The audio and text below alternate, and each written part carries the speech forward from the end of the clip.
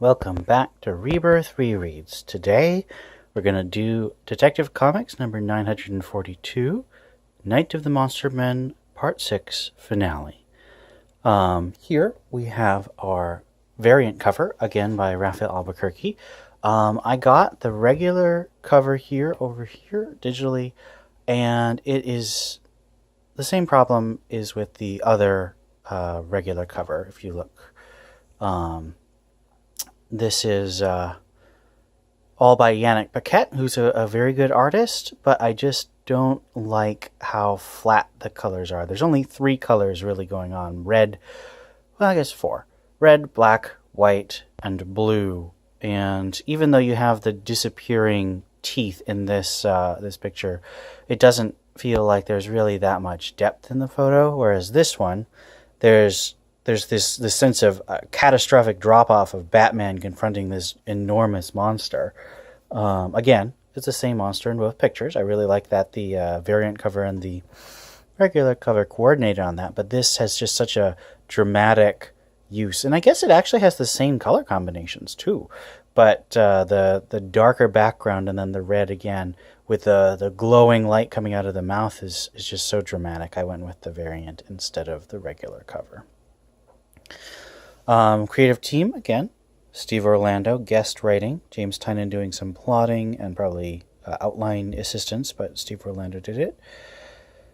The scripting, Andy McDonald doing the art, and this issue has 2 plot lines. So the previous issue had 3 plot lines with Batman and Batwoman fighting the monster, Gotham Girl and Nightwing fighting for Blackgate, and Spoiler and Orphan trying to do crowd control off in the hills.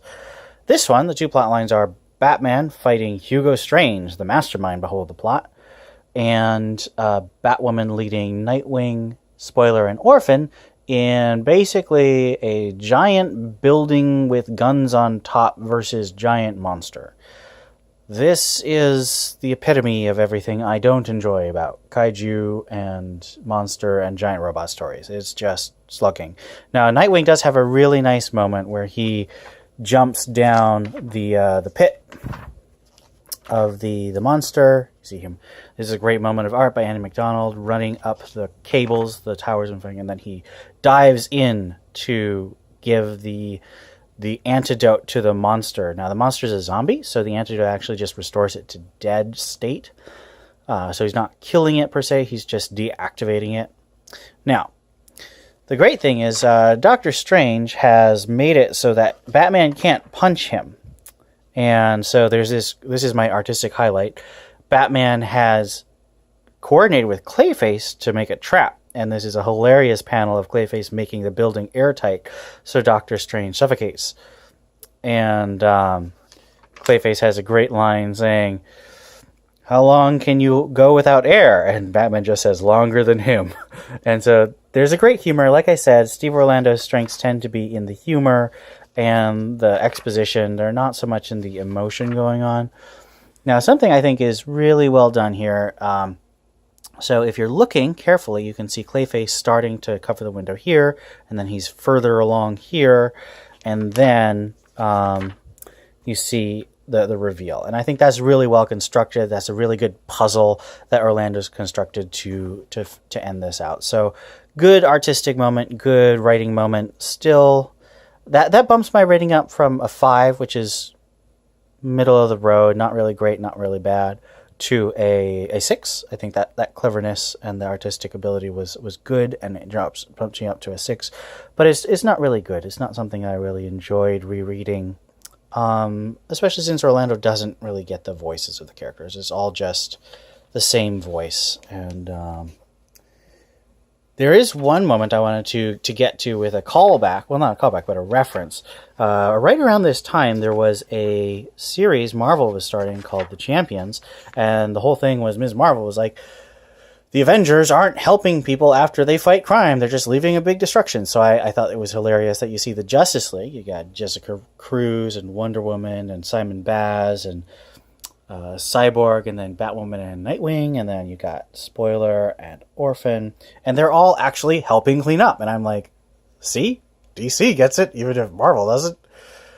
So this is this had some good points. Again, I bumped it up from a 5 to a 6 from the last issue, and it just felt like a filler arc. And honestly, they did that because Detective Comics has been going twice a month since Rebirth started in June of 2016. So twice a month, usually an artist can do about a page every business day.